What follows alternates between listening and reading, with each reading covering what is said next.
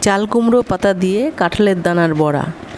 আমি কাঁঠালের দানাগুলিকে খুব ভালো করে প্রেসার কুকারে সিদ্ধ করে নিয়েছি, তারপরে জল ঝরিয়ে এরকম করে ম্যাশ করে নিয়েছি।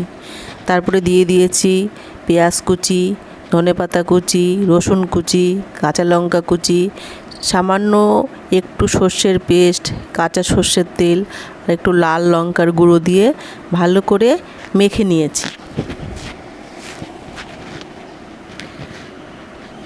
আমার মাখা কমপ্লিট। এবার আমি চাল কুমড়ো পাতার মধ্যে একটু লবণ দিয়ে ভালো করে কষলিয়ে চাল কুমড়োর পাতাগুলিকে নরম করে নিয়েছি। এবার একটা একটা করে চাল কুমড়োর পাতার উপর আমি 1 চামচ করে ওই মিশ্রণটা দিয়ে চাল কুমড়োর পাতাগুলি ভালো করে মুড়িয়ে সব বড়াগুলি তৈরি করে নিয়েছি।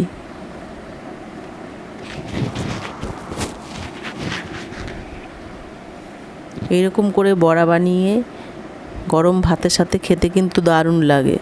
কড়াইতে দিয়ে দিলাম প্রয়োজন মতো সর্ষের তেল। তেলটা ভালো করে গরম হয়ে গেলে গ্যাসের আঁচটা কমিয়ে আমি কম আঁচে বড়াগুলিকে একে একে সব ভেজে নিয়েছি।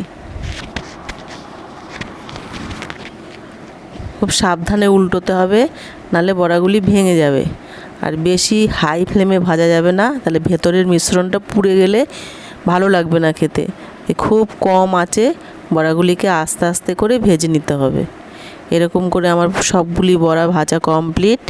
গরম ভাতের সাথে কিন্তু খেতে দারুণ লাগে। তোমরা বানিয়ে খেয়ে দেখো বন্ধু।